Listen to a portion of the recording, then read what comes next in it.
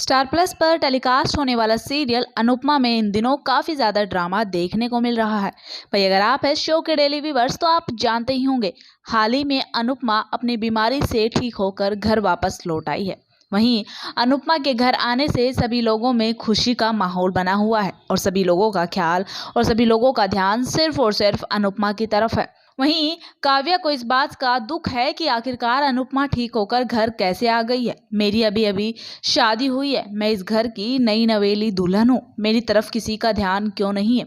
वो बार बार अनुपमा को हानि पहुंचाने की कोशिश कर रही है, लेकिन हर बार असफल रह जाती है। भाई असफल तो रहना ही होगा। आपने ये कहावत तो सुनी ही होगी, भाई कोई कितनी ही मेहनत कर ले, कोई कितनी ही कोशिश कर ले, कितनी ही कर ले, लेकिन लास्ट में हार बुराई की ही होती है और जीत अच्छाई की ही होती है। ऐसा ही कुछ यहाँ पर काव्या के साथ हो रहा है। काव्या बार बार मेहनत करती है, बार बार कोशिश करती है, लेकिन गंदी सोच से, लेकिन गंदे मन से, इसलिए वो बार बार हार जाती है। इस बार भी कुछ ऐसा ही हो रहा है। और आप तो जानते ही हैं कि वनराज भी काव्या को छोड़कर अनुपमा की तरफ ही जा रहा है।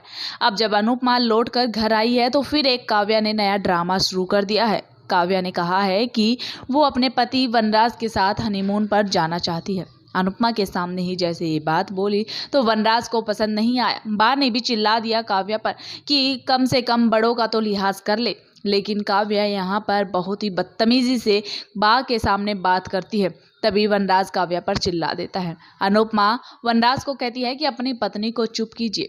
यहीं से शुरू होती है नई कहानी। अब जब से वनराज और अनुपमा अलग हुए हैं, तभी से अनुपमा अब अपने मन की बात बिना सोचे और बिना समझे बोल देती है जो उसे बोलना होता है, क्योंकि अब अनुपमा अकेली है। वो अपनी जिंदगी अपने तरीके से जीना चाहती है, इसलिए वो उसे जो भी बोलना होता है वो बोल देती है। अनुपमा ने यहाँ पर वनराज को तो बोल दिया, लेकिन आगे आने वाले वक्त में आप देखने वाले हैं अनुपमा का यहीं से नया सफर शुरू होगा। अनुपमा ठीक होकर घर वापस आ गई है। अब सब जाने वाले हैं अहमदाबाद वापस, जहां से शुरू होगी नई कहानी, जहां पर वनराज और काव्या के बीच देखने को मिलेगा आपको रोज नया ड्रामा और देखने को मिलेगी साथ ही साथ अनुपमा की सफलता की सीढ़ी कि किस तरह से अनुपमा एक के बाद एक सफलता हासिल करती रहेगी। बेटाउन न्यूज़ की रिपोर्ट।